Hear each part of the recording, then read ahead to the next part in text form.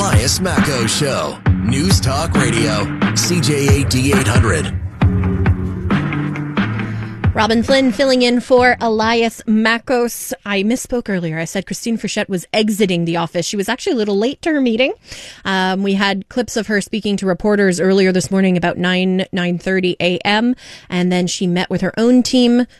Was a little late to her meeting at 10:30 with the Quebec Lieutenant Governor, but we're going to keep you updated on this as the morning progresses. CJD does have coverage of the Quebec election. We have special coverage starting at noon with CTV's Mitsumi Takahashi. Donald Trump built his political career on populism and being able to tap into what ordinary, everyday Americans were thinking, even if those views went against the political establishment. I'd argue even especially if those views went against the establishment. But is the U.S. president starting to lose that connection with his base? That's the argument being made in a new piece for The Atlantic, which points to one specific issue in particular: data centers. While Trump continues to strongly support the rapid expansion of data center facilities, public opposition is growing, with concerns ranging from electricity costs and environmental impacts to the broader backlash against artificial intelligence as a whole. Here to chat a little bit more about that is David A. Graham, staff writer for The Atlantic. Good morning, David. Thanks for being here. Thank you for having me. Now, talk to me a bit about data centers, because in theory, a data center doesn't sound like the worst thing, but if you speak to someone who actually lives near one, they're going to give you an earful. They're going to talk about how loud these things are. Often I've seen on TikTok, that sometimes it has an impact on local water supply. So what sort of impact do data centers actually have on the surrounding communities? I think there are a variety of things. One is that, the question of construction, which the companies say provides jobs, but it's often a short-term job boost because these centers don't employ that many people once they're operational. It creates noise, it creates dust. Then you have a large building that's sometimes unsightly. You have loud operations. You have them using up a great deal of water, and sometimes you have polluted water supplies. And then you also have a high energy usage, and so that can drive up the prices of energy for neighbors around or for people in the same electrical grid. I also think there's a broader question where people are objecting to data centers, largely because they are uncomfortable with the growth of AI or uneasy about big tech companies. And so this is a place where they can express that dissatisfaction. It's interesting to me, this whole conversation surrounding AI and data centers, because, very often I'll see on, Facebook in comment sections where people will complain about how people use ChatGPT and it's wasting water. But I suspect Meta uses its fair share of water with its data centers to operate Facebook, which these people are using to make these statements from. Oh, right. I mean, if you're using the internet, if you're using anything, for example, in the cloud, there are all these places where you kind of have to use these data centers. And you have analysts saying, if the U.S. wants to continue, and if any country wants to continue sort of the technological trajectory, it's going to require more and more of these data centers. But the question then is, where they're built and how they're built and who is shouldering some of those costs in energy and water usage. And it ends up being a conversation about NIMBYism, right? Not in my backyard, because I think the more attractive areas are the less populous areas. You're not going to see a giant data center in the middle of Brooklyn. It's just not going to happen. And typically rural areas are where Trump has most of his support, right? That's exactly right. I mean, if you look at this polling, a lot of what people say is they don't want a data center near them. And places where those are these rural places. And I think Trump has traditionally been very good at tapping into those concerns and sort of getting a sense of what people want. But it feels as though he's having a hard time grasping maybe the groundswell of opposition that's going on. He's interpreting this mostly as an economic proposition. And I think for a lot of people, it is more of a cultural issue. Is it something that could actually hurt his support among his base? Because traditionally or historically, when he hasn't made good on his promises, his supporters find a way to walk it back. They'll say he never promised it in the first place. They'll blame some outside force, the Democrats, whatever, lie altogether, say actually everything is great. I mean, I was just on Threads yesterday and saw a Trump supporter saying that she's never spent so little for gas in her life. And are you just leaving the house less? Like, I was so confused. But is this something that could actually significantly annoy his base enough that they could admit, I'm not happy with Donald Trump? I think it might. I mean, one question is the extent to which people are aware of the comments he's making. And sometimes you have the sort of Trump-friendly media burying some of these more damaging things. I think the other question, though, is where this plays politically. On an issue like gas prices, there are clear partisan lines. But what we see with data centers is the opposition is not merely a question of Democrats or liberals. We have seen some prominent Republican office holders and office seekers also speaking out against data centers, I think because they're hearing that from their constituents. And so I think where you have an issue for Trump is this division with people in his party. And I would say, this is also, I think, symptomatic of Trump's growing struggles to connect with his base.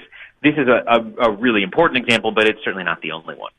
Interesting. In conversation with David A. Graham, staff writer for The Atlantic. So where do we go from here? Because whether there's a Democrat or a Republican in office in the United States, data centers are a necessary evil at this point. So everybody is going to have to continue building them, and you got to find somewhere to build them. So what happens? Where do you go from here? Does Trump maybe distract his base and use a different issue, like perhaps a trade war with Canada? I think a trade war with Canada is always an issue he's willing to talk about. At least until American consumers start to feel any impact from that.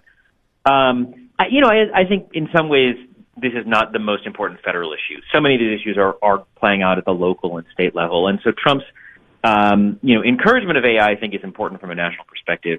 But I think it just sort of pushes him toward a little bit of disconnection from his base and maybe more of a lame duck status.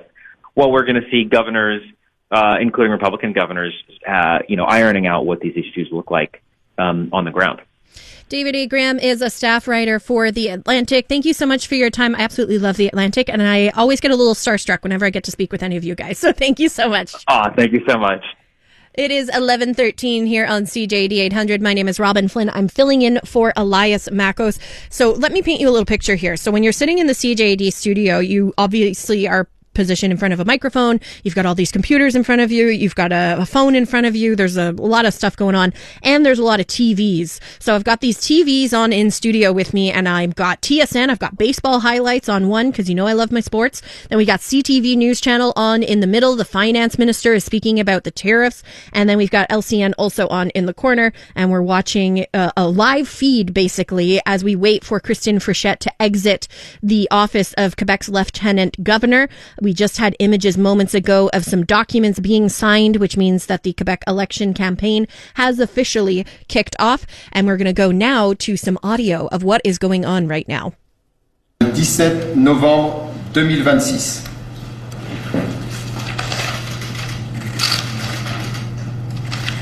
And this is Quebec's Lieutenant Governor. J'aimerais ça prendre un petit moment pour remercier l'ensemble des élus de l'Assemblée nationale pour le travail qu'ils ont effectué durant les 4 dernières années.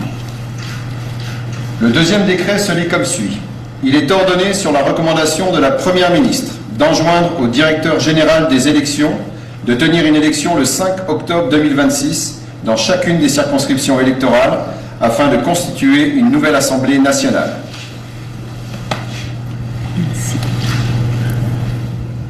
That is Quebec's Lieutenant Governor. It was in French, of course, but basically the election has started. Spoiler alert, in case you hadn't already figured that out. We will continue to have continuing coverage throughout the day on CJD. We have special coverage with Mitsumi Takahashi starting at noon right here on CJD 800. Hello, Canada. This is Bryan Adams Radio. Hosted by Bryan Adams himself. We'll play a few of mine, a ton of my favorites, and some must-hear behind-the-scenes stories from the world of rock and roll. We're coming to get you! One thing about doing rock and roll so long is you end up meeting a lot of the people that you admire. Sometimes you even get to work with them. It's only love, and that's all. Bryan Adams Radio. I'm coming back to you. Now available on the free iHeartRadio app. Hey everybody, how are you tonight? Sounds great. Time is valuable. Thanks for spending your morning with us. The Elias Makos Show on News Talk Radio, CJAD 800. Robin Flynn filling in for Elias Makos. When we talk about the Canada-U.S. trade war, we usually think about things like cars, steel, aluminum, dairy, other major industries. But there's one industry caught in the middle of all these negotiations, and that's Canada's film and television industries. U.S. streaming giants like Netflix and Disney have been pushing back against Canadian rules that were designed to promote Canadian content, including French language programming. During the latest trade talks, the United States is reportedly pushing back even more and wanting Canada to back away from some of those requirements. Canada refused, saying protecting its culture and the French language was not something it was willing to compromise on. Here to chat about this a little bit more is Reynolds Mastin, President and Chief Executive Officer of the Canadian Media Producers Association. Good morning, Reynolds. Thanks for being here. Good morning, Robin. Thanks for having me.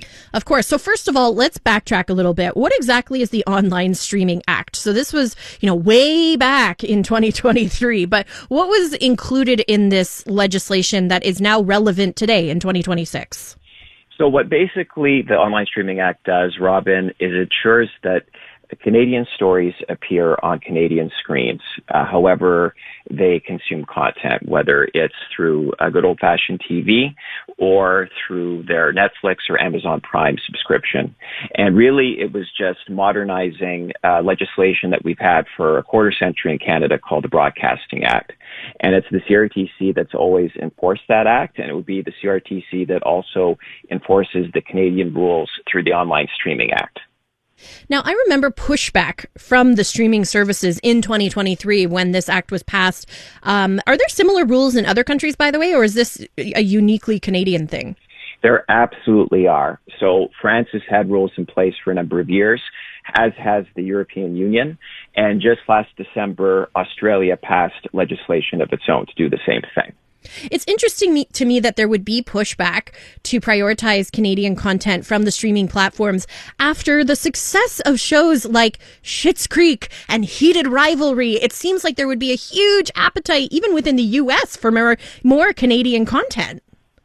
I totally agree with you, and there is huge appetite for that content. I think the issue is that this is a part of a longer agenda of American dominance, including American dominance on our screens, right? And big tech, which increasingly sort of, owns these platforms that we're talking about, they want to own all screens everywhere, including Canadian screens. And so that's really what's at stake here, is whether we as Canadians get to make those decisions or whether they're going to be dictated by executives in Silicon Valley or in the U.S. And now it becomes a bargaining chip in very complicated trade negotiations. So is Canada using its film and television industry as leverage in this trade dispute with the U.S.? Well, I think the Canadian government did all Canadians proud when at the 11th hour on Friday of last week, when the U.S. trade negotiating team basically said, Canada, you've got to get rid of the Online Streaming Act. And Canada said no. And I'm sure we said no politely because we're Canadian. And I actually hope, Robin, we also said no merci, because, of course, what was also at issue here was French language content, and the Americans wanting to get rid of rules that relate to French language content. So Canada stood up on Friday, and that's a proud Canadian tradition. Successive federal governments have always stood up for Canadian cultural sovereignty. And now the key going forward is to continue to do just that. And we've seen maybe a little bit of backtracking by the U.S. side in the past few days. We'll see if that's real or not. But the Canadian government just needs to continue to hold the line on this file. It's interesting that this is one of the issues that became the line in the sand. And I wonder if that's partly because it's a little more digestible for us to understand that this is what we're focusing on. As I think when we talk about tariffs on steel and aluminum export and counter tariffs and supply chain management for dairy farmers, I think it gets a little bit too complicated for the average Canadian and American to really grasp. But when you talk about what you watch on Netflix and what's recommended to you on Disney Plus, it's a little bit easier to understand because all of us are searching for something to watch every night. 100%. And, to use maybe a bit of an analogy, what we're fighting for here is that, when you go into the produce department, you're going to have Florida oranges and California avocados, but you're also going to have Quebec strawberries and Ontario peaches, right? It's ensuring that there is shelf space for Canadian stories on Canadian screens. And that's really what this fight is all about. In conversation with Reynolds Mastin, President and Chief Executive Officer of the Canadian Media Producers Association, where do you think we go from here? So I can see, the Canadian government not giving in when it comes to prioritizing Canadian content. I believe in the original Online Streaming Act, there was the expectation that money would be put aside to help develop even more content here in Canada. So what are you hoping to see? Well, first of all, that the Canadian government just keeps on doing what it's doing, which is saying hands off the Online Streaming Act.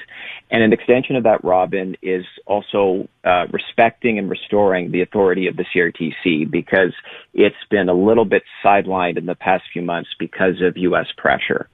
But the other thing that, we're trying to do as an industry, because we think the best way to not make this a trade issue is literally to not make this a trade issue anymore. And so what we've been saying to our streamer friends in the U.S. is, let's sit down, the government, the Canadian industry, and these platforms, and try and work something out, right? Because it really comes down to this. Our message to them is, you're in the Canadian market. It is a very, very lucrative market for these platforms, okay? They generate billions of dollars from Canadians every year, and they also get huge subsidies on the productions that they do in Canada. So they have a great deal in Canada. And all we're asking in return is that they play by certain baseline Canadian rules. And we'll do that in a way that's smart and that's fair and that harnesses the power of these platforms to commission Canadian shows in both English and French and promote those shows to Canadians. And there are so many great Canadian shows. I briefly mentioned, Schitt's Creek and Heated Rivalry, which are kind of like behemoths when it comes to streaming. But there is so much other great Canadian content that even Canadians aren't aware of because it's not recommended for them on their streaming platforms. That's so true. Or maybe they are watching it and they don't always realize that it's Canadian right away, right? Yeah. No, we are having an incredible moment right now, this country, when it comes to Canadian content, not only because of its success with Canadian audiences, but with global audiences. And what we want to do is continue to build on that success.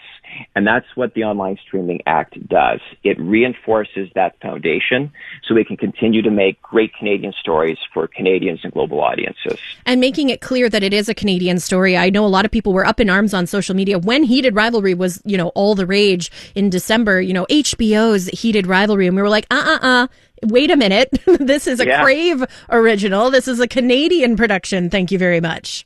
And, Heated Rivalry is such a great example of this because as the creators of Heated Rivalry have said, they couldn't have made that show in the U.S. Yep. In fact, they shopped it around, right? They tried. And the answer was, well, you basically have to Americanize this show or we're not going to greenlight it, right? Yep. The only way this show got made was because it was made in Canada. And the reason why it was successful was because it was so Canadian. And that's because we put in place a system over the past, 25, 30 years that enables us to produce incredible content like this. And we just have to keep that momentum going. Absolutely. Season 2 of Heated Rivalry is in production right now. They're filming in Ontario and trying to I hope they keep that Canadian charm. That was my fear, was that once it became so popular that it would become Americanized, but it seems like Jacob Tierney's committed to keeping it ultra Canadian. Reynolds Mastin, President and Chief Executive Officer of the Canadian Media Producers Association. Thank you so much for your time today. I really, really appreciate it. And now I'm going to go home and watch some good old Canadian content. That's music to my ears. Canadian music, Robin. Canadian music, yes. I'll listen to the Hip and Rush on my way home as I do so. Have a great day, Reynolds. Appreciate your time. You too. Take care. Bye, Robin. My name is Robin Flynn. I am filling in for Elias Macros until 12 p.m. I'm also in for Elias tomorrow, by the way, from 9 a.m. to 12 p.m. Just a reminder that we are paying attention to what is going on in Quebec City. Christine Frichette meeting with Quebec's Lieutenant Governor to officially dissolve government, and that kicks off the Quebec election. We have 39 days before voters head to the polls. October 5th is the date of the Quebec election, and CJAD will have continued coverage of the Quebec election election with constant analysis, pretty much coming at you all day. Mitsumi Takahashi is hosting a special at 12 p.m. right here on CJAD 800. You'll hear from all of the leaders. You will hear from different analysts. She's going to have a ton of coverage for you, and that will continue at 2 p.m. when Aaron Rand takes over with Montreal Now. Do not move that dial or push the buttons if you're using a more modern radio. Keep us locked to CJAD 800. Coming up after the 11:30 news with Jason Mayoff, a new study finds that Black Canadians continue to face barriers when it comes to giving blood. Interesting. I didn't know that until I saw this study this morning. We're going to speak with one of the authors of that study after the news. You've heard the chaos. Now you can see it. Oh my God. Watch all your favorite podcasts from start to finish right inside the free iHeartRadio app. Gets the blood going, huh? Catch every laugh and eye roll on shows like the Tom Green Farmcast and Park the Bus. Now with full video. We're building a ramp for Tony Hawk. It's the same hosts and the same chemistry with all the hilarious moments you've been missing right on your screen. Cheers. Open the free iHeartRadio app, search video podcasts, and tap watch. You're listening to the voice of Montreal. News Talk Radio, CJAD 800. An iHeartRadio station. Unmistakably Canadian. It's the music that raised you. The artists raising the bar. Hi, this is Brian Adams. Hey, my name's Brett Emmons. I'm from the Glorious Sons. Hi, I'm Nelly Furtado. Made in Canada. The station that champions Canadian music. Loud, proud, and all yours. No passports required. Just press play. Tap into Made in Canada now on iHeartRadio.ca or the free iHeartRadio app. For more campaign coverage, check out the Quebec Votes 2026 section at CJAD800.com.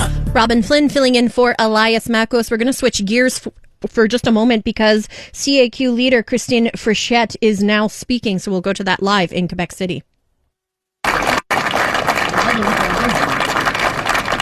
Merci à vous tous de votre présence. Quel bel accueil, wow, à l'image de cette journée magnifique, de ce ciel bleu pâle. C'est vraiment un immense plaisir de vous voir ici, tous réunis. En fait, vous me rendez heureuse, parce que je me dis, wow, on a toute l'énergie, tout le talent pour aller de l'avant. Vous incarnez ce talent-là dans le Québec à votre tour.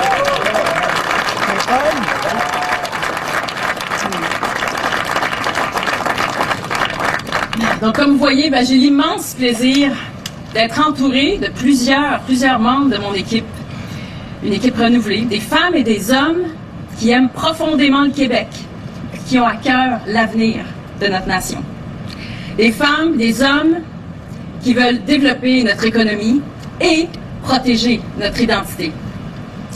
Une équipe qui incarne l'énergie du changement, mais aussi la force de l'expérience. À titre de première ministre, comme vous savez, j'ai demandé ce matin à la lieutenant-gouverneur de mettre fin à la présente législature et à lancer des élections générales qui se tiendront le 5 octobre prochain.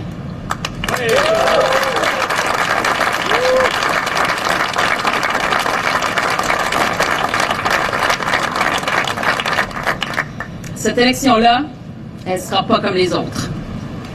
Le monde a changé. En fait, ce qu'on pensait qui était un brouillard, ça vient de se transformer en tempête. Notre principal partenaire économique a choisi la confrontation. La guerre commerciale de Donald Trump, elle menace nos PME, nos emplois, puis nos régions. Elle crée énormément d'instabilité. Elle crée de l'incertitude, comme jamais auparavant. Cette guerre commerciale-là, elle touche directement les familles. Je pense aux travailleurs qui se demandent si leur emploi va être affecté par la crise actuelle dans laquelle on est maintenant plongé. Je pense aux parents qui déjà calculent le prix de chaque article avant de passer à la caisse. Je pense aux jeunes qui se demandent s'ils vont pouvoir intégrer le marché du travail ou s'ils parviendront un jour à s'acheter une maison. Je pense aux aînés qui s'inquiètent de la hausse des prix puis qui se demandent s'ils pourront boucler leur fin de mois. Notre responsabilité, elle est claire, protéger les emplois et les entreprises et donner de l'oxygène aux Québécois.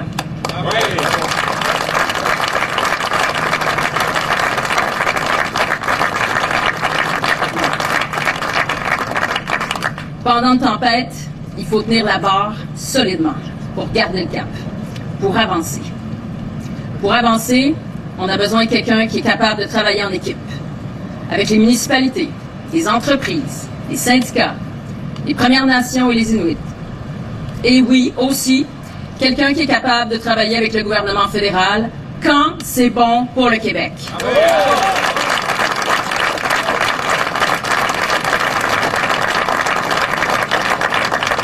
Mon équipe ne travaille ni pour Ottawa, ni contre Ottawa. On travaille pour le Québec.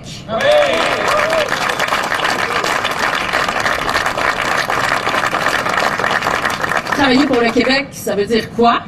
Ben, en ce moment, ça veut dire qu'il faut savoir créer de la stabilité puis de la prévisibilité sur le long terme, alors que la tempête s'intensifie.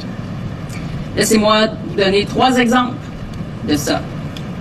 En juin dernier, on a réussi à conclure 5 ententes avec le fédéral d'une valeur de 10 milliards de dollars. Ça nous permet d'investir dans les infrastructures pour les 10 prochaines années. Ça va nous permettre d'investir dans les hôpitaux, dans les écoles, dans les routes, dans le transport en commun. Ça, c'est du concret. C'est un partenariat qui va aider les Québécois. Plus récemment, on a permis à des vies, à cause de nos investissements antérieurs, d'aller chercher un contrat de 11 milliards de dollars pour 6 brise-glaces.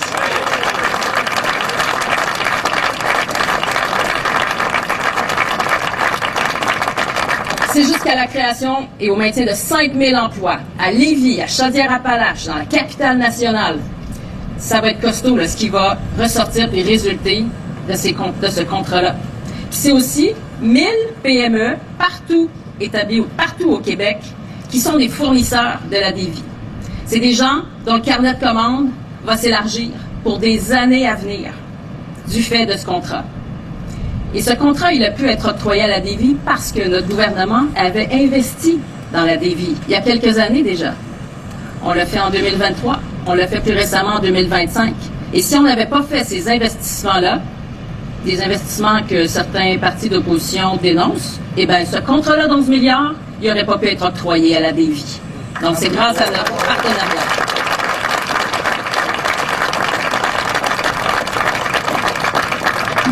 Il y a quelques jours aussi, on a signé une entente cruciale avec Terre-Neuve et Labrador.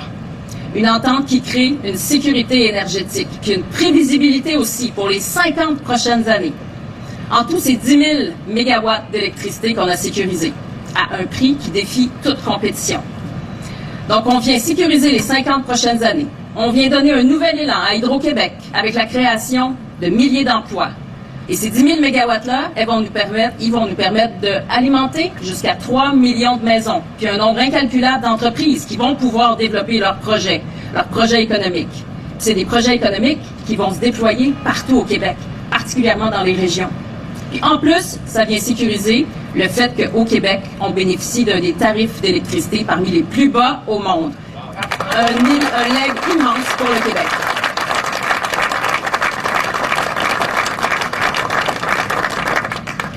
Soyons clairs, là, le monde d'avant, là, il ne reviendra pas. On est attaqué. Et il faut qu'on s'adapte à cette nouvelle réalité-là. Et moi, je veux protéger le Québec puis contribuer à sa transformation. Au-delà de la protection, il faut de la vision, il faut de l'ambition. Je ne vous demande pas un mandat juste pour traverser la tempête actuelle. Ensemble, on veut un Québec qui garde le cap sur l'ambition.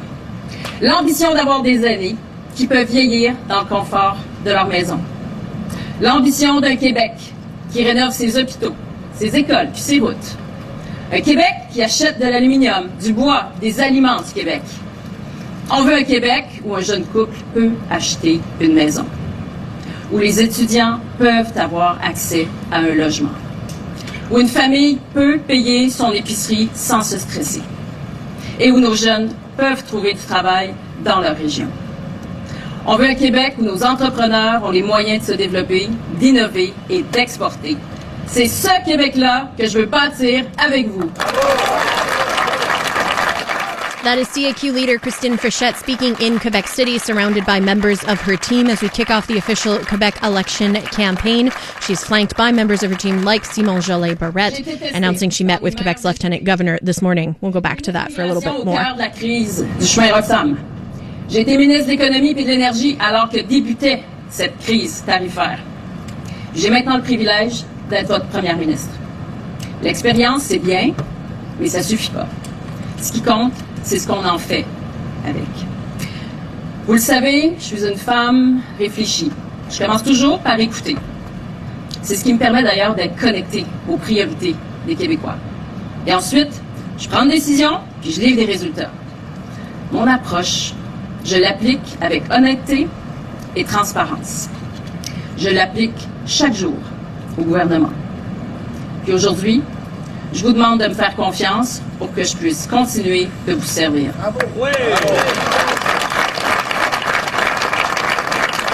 CAQ leader Christine Frechette speaking in Quebec City. She spoke about the U.S. starting a trade war with Canada and the impact that it would have on businesses and workers in Quebec, the uncertainty being created, the crisis that Quebec now finds itself in. She also spoke about young people specifically who are struggling now as they enter the workforce, worrying about whether they'll be able to afford a house. She said that her priority was protecting Quebecers and Quebec businesses for the CAQ. She also said that in order to move forward, Quebec needs someone who is experienced, who knows how to work with businesses, key stakeholders, and the federal government. She very clearly said, my team doesn't work for Ottawa or against Ottawa. We work for Quebec. She highlighted several deals Quebec has made in recent months to benefit infrastructure, roads, schools, public transit. She also highlighted, of course, that recent energy agreement with Newfoundland and Labrador and the impact that that would have on the cost of electricity and jobs in Quebec. Robin Flynn filling in for Elias Makos. The time is 11:40. You've heard the chaos. Now you can see it. Oh my God. Watch all your favorite podcasts from start to finish right inside the free iHeartRadio app. Gets the blood going, huh? Catch every laugh and eye roll on shows like the Tom Green Farmcast and Park the Bus. Now with full video. We're building a ramp for Tony Hawk. It's the same hosts and the same chemistry with all the hilarious moments you've been missing right on your screen. Cheers. Open the free iHeartRadio app, search video podcasts, and tap watch. For more campaign news, check out the election page at ctvnewsmontreal.ca. Robin Flynn filling in for Elias Makos. We're going to return now to Quebec City, where CAQ leader Christine Frechette continues speaking with reporters. It's now time for questions. Madame la chef de la coalition Avenir Québec, est-ce que vous cultivez la peur pour remporter cette élection? C'est certainement pas que moi qui la cultive. J'en connais un qui aime bien la cultiver et ça fait en sorte qu'on est attaqué. On est attaqué de plein fouet, comme jamais auparavant, je vous dirais, par notre principal partenaire économique. Il va falloir se défendre. Il faut savoir se défendre. Il va falloir se défendre. Il va falloir ressortir plus fort de cette tempête-là, parce que ça aura remis en question plusieurs des éléments qui composent en fait notre force économique. Et je pense avoir le bon profil, justement, pour guider le Québec dans le cadre de cette tempête. Et j'ai la bonne équipe, une équipe à la fois expérimentée, une équipe à la fois avec des visages nouveaux, une énergie nouvelle, et qui représente bien les forces du Québec. Alors, on va aller à la rencontre des Québécois au cours des prochaines semaines, justement pour leur faire part de nos ambitions pour le Québec et pour entamer ce dialogue pour les prochains jours, avant le choix du 5 octobre. Vous avez parlé d'un premier mandat. Plusieurs de vos ministres sont là depuis 2018. Dans l'histoire du Québec, c'est jamais arrivé qu'un premier ministre désigné par un parti remporte l'élection. Pourquoi cette fois-ci ça arrive? Eh bien, on a une équipe complètement, je dirais, nouvelle, à la fois avec de l'expérience, avec de la nouvelle énergie. Ça, je pense que en soi, c'est une grande nouveauté. Mon leadership est différent. Je pense que les gens ont pu voir mon approche, ma couleur, mon style, ma cadence aussi. Je pense qu'on n'a pas vraiment mis le pied sur le frein depuis avril, puis on va pas le faire non plus parce qu'on est attaqué comme jamais auparavant. Il faut savoir se défendre et pour ça, il faut être en action. Donc, il faut bien comprendre la nature des enjeux économiques auxquels on fait face. Puis, dans la mesure où on va pouvoir y répondre, on va pouvoir générer des revenus pour ensuite offrir des meilleurs services aux Québécois. Services en santé, services en éducation. Mais c'est pas ma question, Mme Fréchette. Ma question, c'est jamais arrivé dans l'histoire du Québec qu'une première ministre désignée remporte l'élection. Ben, c'est ça. C'est pas jamais arrivé tant que c'est pas arrivé. Et il y a une première...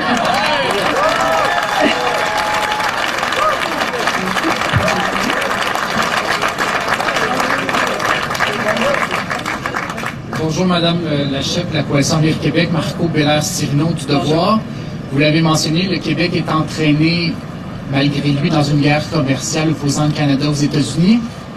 Et la Coalition Avenir Québec lutte pour sa survie dans plusieurs circonscriptions québécoises. Vous êtes à la fois la chef du gouvernement du Québec et la chef de la Coalition Avenir Québec. Comment pouvez-vous nous assurer que vous allez réussir à concilier ces deux rôles pendant la campagne de 39 jours et que jamais vous allez mettre les intérêts partisans de la Coalition Avenir Québec au-dessus de ceux du Québec? Écoutez, on entame une campagne électorale, on va être sur le terrain et on va veiller à faire connaître nos propositions aux Québécois, Québécoises. Et s'il advenait qu'une urgence s'impose, eh bien, on verra s'il y a lieu de porter le chapeau de première ministre. Mais c'est pas notre ambition. Maintenant, on ne contrôle pas le contexte dans lequel on évolue. On a vu que ça pouvait changer très, très rapidement, il y a quelques jours à peine. Donc, c'est sûr que je vais maintenir mon attention, une très grande attention sur la façon que ça évolue sur le terrain. Votre prédécesseur, en 2022, demandait aux électeurs de lui donner toute une majorité pour avoir un grand rapport de force face à Ottawa, notamment en adoptant des mesures pour protéger la langue française et la culture québécoise. Il parlait de la louisianisation du Québec. Est-ce que vous avez demandé un mandat, là, vous l'avez expliqué, notamment pour agir ici au Québec, pour donner de l'oxygène aux Québécois, mais est-ce que vous demandez quelque chose à Ottawa? Est-ce que vous souhaitez avoir un rapport de force pour exiger des actions, des décisions de la part d'Ottawa? En fait, je veux d'Ottawa un gouvernement qui investit dans l'économie québécoise, qui assure une plus grande prévisibilité. Voilà, un gouvernement avec qui on peut être partenaire et que ça puisse bénéficier au Québec. Si ça bénéficie pas au Québec, on sera pas là. Et donc, un fédéral respectueux des champs de juridiction du Québec. Et jusqu'à maintenant, on a eu un bon partenariat sur un certain nombre de dossiers qui sont bénéfiques pour le Québec, créateurs d'emplois, qui protègent également notre identité, notre langue. Et j'entends bien continuer dans cette veine-là parce que le Québec a besoin de se propulser. Merci. Journaliste. Oui, bonjour. Thomas Chouinard, la presse. Juste une précision sur ce point-là. Donc, dois-je comprendre que l'idée, c'est de protéger les champs de compétences actuels du Québec et de ne pas revendiquer auprès d'Ottawa, au cours d'un prochain mandat, de nouveaux pouvoirs? On est toujours demandeur pour des nouveaux pouvoirs. Ça ne changera pas. Mais ce que je veux, ce que j'entends faire, c'est de protéger l'économie, mais pas m'arrêter là. Il faut la transformer également. Et de ce côté-là, la stratégie de, par exemple, le gouvernement fédéral peut aider à l'atteinte de cet objectif-là. La stratégie du gouvernement de Terre-Neuve-Labrador nous a permis d'aider à l'atteinte de cet objectif-là. Donc, quand il y a un partenariat qui pourra nous aider à accélérer puis à atteindre cet objectif-là, on les considérera. Maintenant, il faut aussi un gouvernement qui va mener la barque de telle sorte qu'on puisse adapter, donc transformer notre économie, parce que là où le contexte auquel on était habitué ces dernières décennies, il ne reviendra pas. Ma question est la suivante. D'abord, We are listening right now to CIQ leader Christine Frichette speaking in Quebec City to reporters. Of course, the Quebec election has been triggered. We are in the campaign. Ce que vous demandiez, on a adopté une stratégie tarifaire, dollar pour dollar. Pourquoi est-ce qu'il n'a pas répondu à ce que vous avez demandé? Et allez-vous, à l'issue de l'analyse que vous faites de l'impact de cette riposte-là, lui demander de reculer sur certaines mesures? C'est ce qu'on est en train d'analyser. Puis on a rencontré également les dirigeants économiques il y a 2 jours à peine pour justement avoir leur lecture de la situation. Est-ce qu'il y a des mesures adoptées par le fédéral qui vont créer des dommages encore plus importants pour les entreprises? Si c'est le cas, eh bien, on va demander au fédéral de retirer un certain nombre de ces contre-mesures. Merci. Prochain journaliste. Merci. Prochaine journaliste, Juliette Nadeau-Vince du Soleil. Merci. Merci. Prochaine journaliste. Nous allons passer à la prochaine journaliste dans la file. J'inviterai le Soleil pour poser la question, sinon on va passer à la prochaine personne derrière. Merci. Madame Fréchette, vous parlez d'instabilité, en fait de besoin de stabilité, de prévisibilité dans un contexte de guerre tarifaire. Est-ce que pour vous, un changement de gouvernement en octobre, ça impliquerait automatiquement de l'instabilité, de l'imprévisibilité pour le Québec? Ben oui, assurément, parce que si on regarde, par exemple, du côté du Parti québécois, ben, ça amènerait en fait la préparation d'un référendum. Et Dieu sait que ça en prend de l'énergie puis des efforts pour préparer un référendum. Donc, ça donnerait un gouvernement pratiquement à temps partiel sur les priorités du Québec. Pour le reste, ce serait pour le référendum. Nous, on va travailler à temps plein sur les priorités du Québec, plus que plein même, parce que la situation l'exige.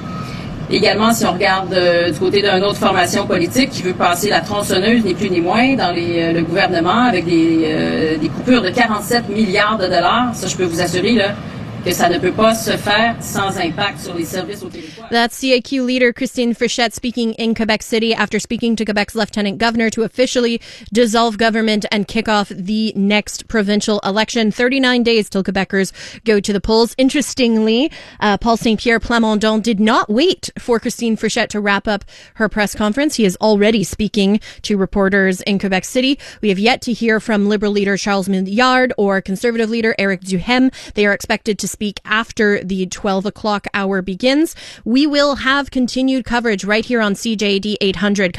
Canadian women are looking for more out of themselves, their businesses, their elected leaders, and the world around them. And that's why we're thrilled to introduce the Honest Talk podcast. I'm Jennifer Stewart. And I'm Catherine Clark. And in this podcast, we interview Canada's most inspiring women. Entrepreneurs, artists, athletes, politicians, and newsmakers, all at different stages of their journey. So if you're looking to connect, then we hope you'll join us. Listen to the Honest Talk podcast on iHeartRadio or wherever you listen to your podcasts. Coming up next, we do have CTV Montreal's campaign launch special hosted by Mitsumi Takahashi. And then at 2 p.m., Montreal Now with Aaron Rand. You can be rest assured that Aaron will be all over the election today and for the next 39 days. If you missed the Big Five this morning, it is available now on the iHeartRadio app and all your podcast apps. My thanks to Jay Farrar and Maxime Cadet for producing the show today. My name is Robin Flynn. I'll be back in for Elias Makos tomorrow from 9 a.m. till 12 p.m. Until then, have a wonderful rest of your day. Hey, I'm Ruby Carr, the host of the podcast Encore. Check out our brand new episodes featuring music from the show that everyone is reheating as we speak, Heated Rivalry. Join me as I go behind the songs that brought Shane and Elia together. I'll tell you the stories of Feist, My Moon, My Man, Wolf Parade's I'll Believe in Anything, and Tattoo's All the Things She Said, and how they all became a part of this global phenomenon. Stream Encore on iHeartRadio, Crave, or wherever you get your podcasts.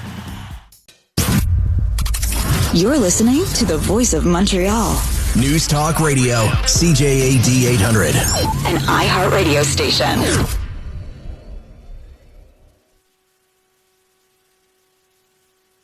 You've heard the chaos. Now you can see it. Oh my God. Watch all your favorite podcasts from start to finish right inside the free iHeartRadio app. Gets the blood going, huh? Catch every laugh and eye roll on shows like the Tom Green Farmcast and Park the Bus. Now with full video. We're building a ramp for Tony Hawk. It's the same hosts and the same chemistry with all the hilarious moments you've been missing right on your screen. Cheers. Open the free iHeartRadio app, search video podcasts, and tap watch